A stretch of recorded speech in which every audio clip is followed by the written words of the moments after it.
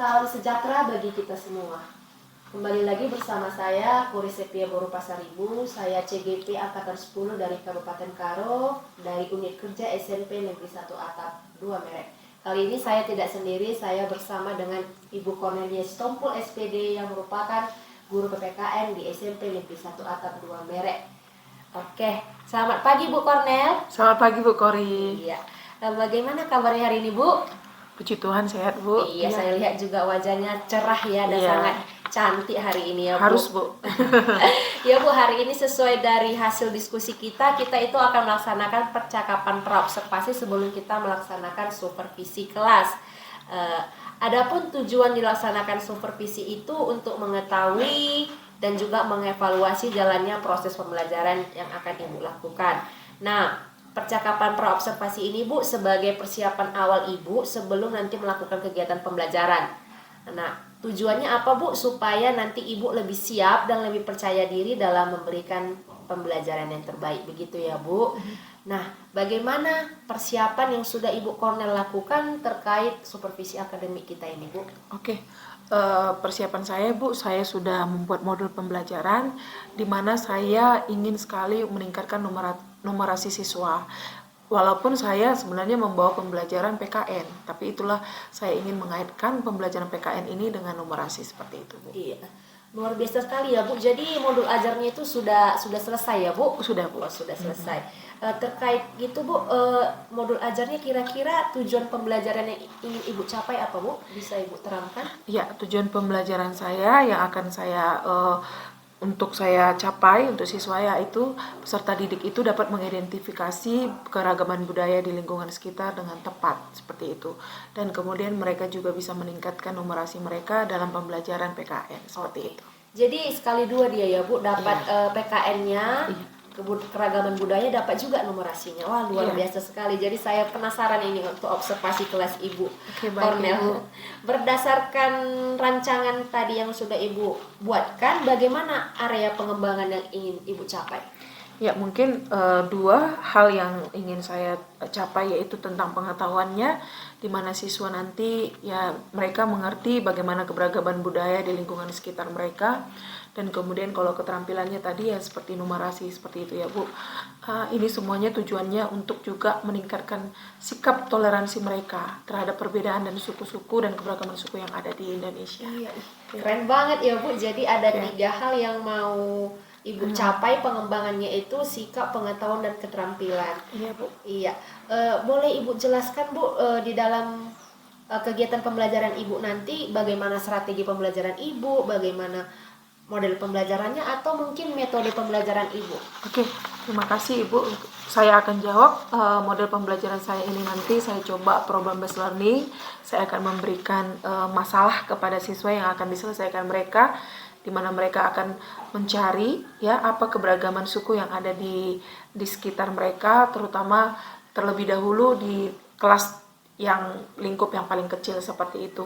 Jadi mereka akan mencari keberagaman suku, bahkan juga mereka akan melihat apa menjadi alat musik tradisional yang ada di daerah mereka, bahkan bagaimana tarian tradisional. Nanti mereka akan mengelompokkan beberapa jumlah mereka ya. Jadi ketika mereka mengelompokkan beberapa jumlah itu, itulah mereka akan melihat sebanyak berapa orang lah yang ada di kelas itu, dan itu akan nanti mereka bentuk dengan bentuk grafik seperti itu Bu. Jadi itulah yang makanya saya mengaitkannya dengan numerasi untuk melatih numerasi siswa juga seperti itu. Wah, baik ya Bu. Jadi strategi pembelajarannya tadi itu problem based learning ya, benar ya Bu. Oke. Jadi problem based learningnya nanti itu endingnya produknya itu nanti ada buat grafik ya Bu, tentang keberagaman budaya dan suku. Iya, ya Bu. benar. Iya. Jadi saya rasa memang sudah persiapannya sudah baik ya Bu. Iya. Terkait media pembelajarannya bagaimana ya Bu? Ya, mungkin media pembelajarannya saya akan menggunakan Infocus dengan menunjukkan gambar-gambar dan PPT, atau juga dengan video tentang keberagaman suku yang ada di Indonesia. Jadi anak-anak terlebih dahulu dikenalkan bagaimana keberagaman suku yang ada di Indonesia seperti itu. Iya, luar biasa sekali ya Bu. Jadi Bu, kapan kira-kira supervisi akademik observasi ini akan kita laksanakan?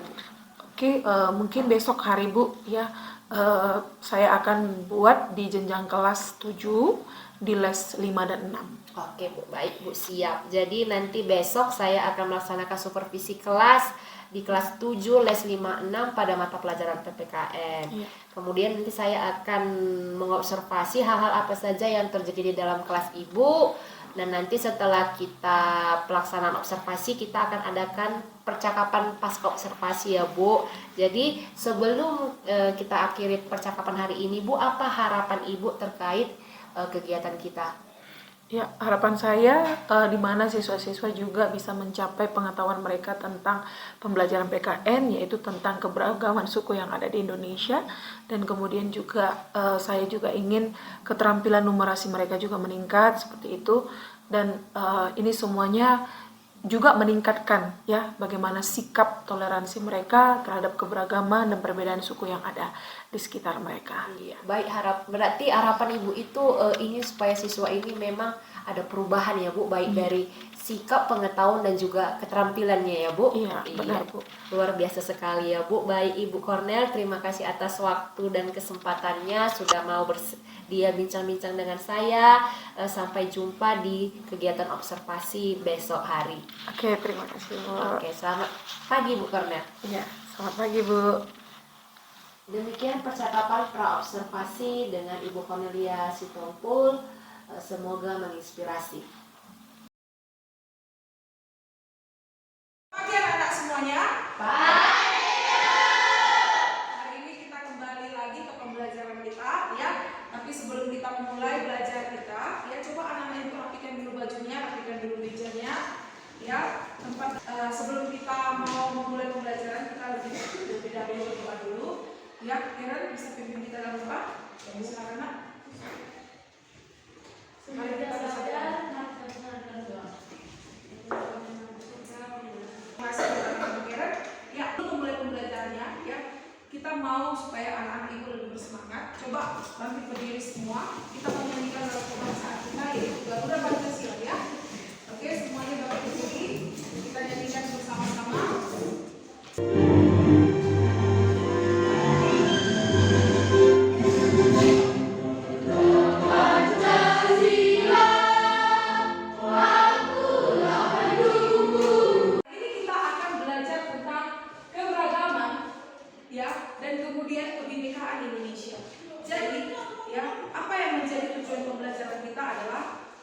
Semua peserta didik ya mampu mengidentifikasi apa yang menjadi keragaman budaya di lingkungan sekitar kita dengan tepat ya. Oke, hari ini Ibu akan menjelaskan apa itu ya. Siapa yang tahu ya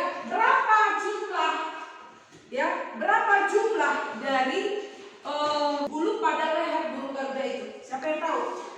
Coba. Oke, silakan Karen. Oke, iya ada 45. Siapa yang tahu apa dari makna dari 45 itu? Oke. Apa makna dari 45 itu? Oke, silakan Bu Tiara. 40 helai bulu di leher itu melambangkan tahun Indonesia merdeka yaitu tahun 1945. Oke, ya. Kemudian siapa yang tahu berapa jumlah dari sayap bulu dari sayap burung Garuda tersebut? Oke, silakan Bu Tiara lagi. Oke, silakan. 17 helai bulu. Iya, 17 helai bulu. Artinya itu adalah tanggal kemerdekaan Indonesia 17 Agustus 1945. Oke, tepuk tangan buat hari ini kita akan melihat bagaimana ya ini adalah lambang dari negara kita. Di lambang negara kita ini juga ada yang disebut dengan tulisan yang disebut dengan apa? Bhinneka Tunggal Ika. Apakah arti Bhinneka Tunggal Ika itu? Walaupun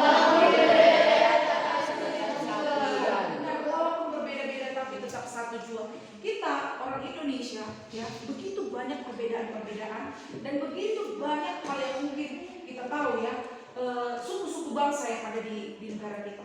Makanya nanti anak-anak ibu ya bagaimana kalian itu melihat suku mana yang paling banyak di sekitar kita, pertama di kelas ini dulu ya. Berapa banyak suku yang ada di sini dan kemudian mana jumlah yang mayoritas, mana jumlah yang minoritas. Nanti anak-anak ibu akan lihat ya berapa jumlahnya. Oke, seperti itu ya. Oke, ini dia tugas kalian yang harus kalian kerjakan ya, yang mungkin akan ibu kasih sama kalian. Nanti buat dalam bentuk tabel ya, anak-anak ibu ya, bentuk tabel. Nanti kalian diskusikan ya, apa itu ya, apa aja itu suku yang ada di sini, kemudian alat musik tradisionalnya, dan kemudian rumah adatnya, pakaian adatnya, makanan tradisionalnya. Kemudian kalian lihat jumlahnya berapa orang, kemudian yang mana yang mayoritas, yang mana yang minoritas. Nah, dan kemudian nanti anak-anak ibu ya, lihatlah apa pengaruh dari suku mayoritas itu terhadap minoritasnya. Nah, nanti ibu akan bagikan LKPD-nya sama kalian ya. LKPD itulah yang nanti akan kalian presentasikan. Oke, bisa Bapak Ibu. Oke, ibu kasih waktu sama kalian 20 menit ya, silakan untuk dikerjakan. Ibu sudah siap diskusinya? Sudah. Apa yang sudah kalian bahas tadi ya, bagaimana kalian mengisi ya, mengidentifikasi ya apa yang menjadi suku-suku yang ada di kelas kita ini ya, dan kemudian bagaimana dia alat musiknya, bagaimana dia rumah adatnya dan lain sebagainya. Kalian sudah mengidentifikasi suku-suku yang ada, dan kemudian ya kalian melihat jumlah berapa banyak suku mayoritas dan berapa banyak suku minoritas. Nah, bagaimana perbandingannya? Itulah yang kita akan diskusikan dan kita presentasikan. Oke, terima kasih anak ibu ya untuk kerjasamanya. Sekarang mari saya undang untuk kelompok dari Mutiara untuk menampilkan hasil dari diskusinya.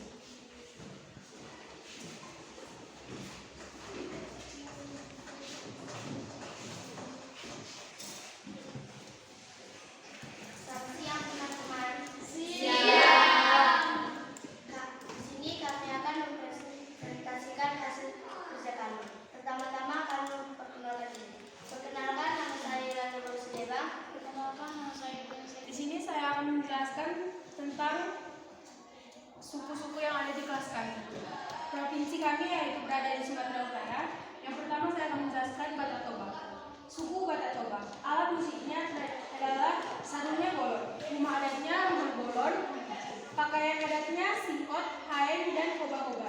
Makanan tradisionalnya umbus-umbus. Dan jumlah siswa yang ada di Batak Toba di kelas kami adalah 21 orang. Sekarang saya akan menjelaskan suku Batak Simalungun. Alat musiknya musapi, rumah adatnya bolon Simalungun, pakaiannya gotong, tulang, dan suri-suri. Makanan tradisionalnya Ina Sumba. Jumlah orang di kelas kami adalah 5 orang. Di sini saya akan menjelaskan lagi tentang suku Karo. Alat musiknya itu keteng-keteng, rumah adatnya Suwalu Jabu, pakaian adat Wisgara, tudung, dan makanan tradisionalnya tasak telur. Jumlah siswanya yaitu 1 orang. Suku terakhir, Pakpak. Alat musik tradisionalnya itu sordam dan lobat, rumah adatnya Sapo Jojong, pakaian adatnya baju merapi-api, makanan tradisionalnya pelem. Jumlah siswa 3 orang. Nah, di sini saya sudah menjawab juga pertanyaan yang telah disediakan. Suku manakah suku mayoritas di kelas? Suku mayoritas di kelas kami yaitu suku Toba. Karena di kelas kami lebih banyak yang orangnya suku Toba. Sekolah di Kabupaten Karo. Sekian presentasi kami. Saya kembalikan ke moderator. sekian presentasi, terima kasih. Perkenalkan, kami dari kelompok Agri ingin mempresentasikan hasil kerja kami.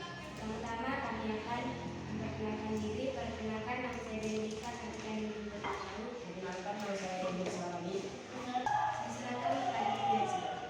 Di sini kami akan mempresentasikan tentang apa itu makna Gunung Garuda. Berikut adalah makna Gunung Garuda. Pada bulan di Gunung Garuda ada 45 helai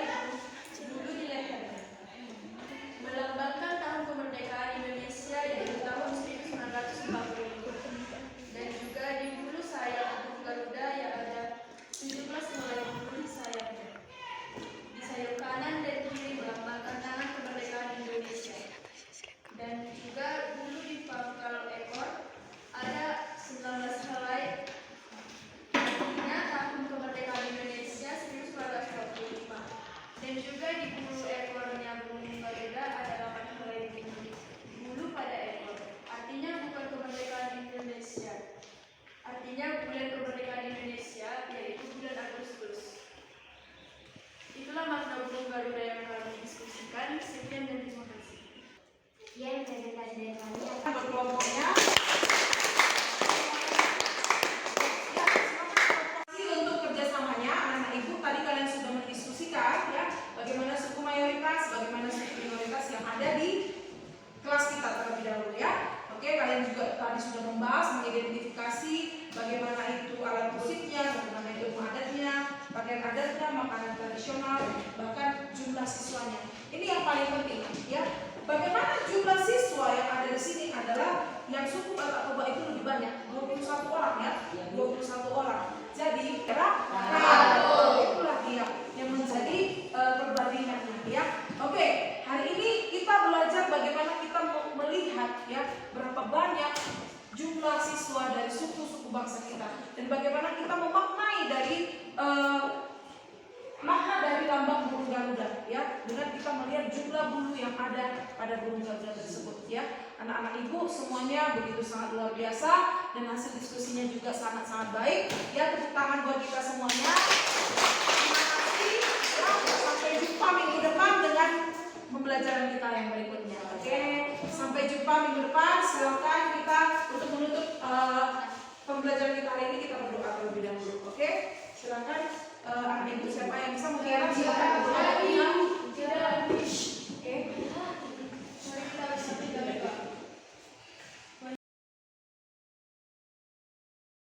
Siang kembali lagi bersama saya Korisepia Boru Pasaribu, CGP Angkatan 10 dari Kabupaten Karo, Unit Kurja, SMP Negeri 1 Atap 2 Merek.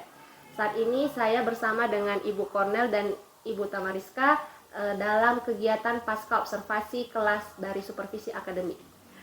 Baik, selamat siang Bu Kornel. Selamat siang, Bu. Iya, bagaimana kabarnya hari ini Bu? Puji Tuhan baik, Bu. Iya, baik Bu Kornel, terkait diskusi kita di percakapan pasca observasi ini, saya akan memberikan pertanyaan kepada Ibu terkait dengan jalannya proses observasi kelas yang sudah Ibu lakukan.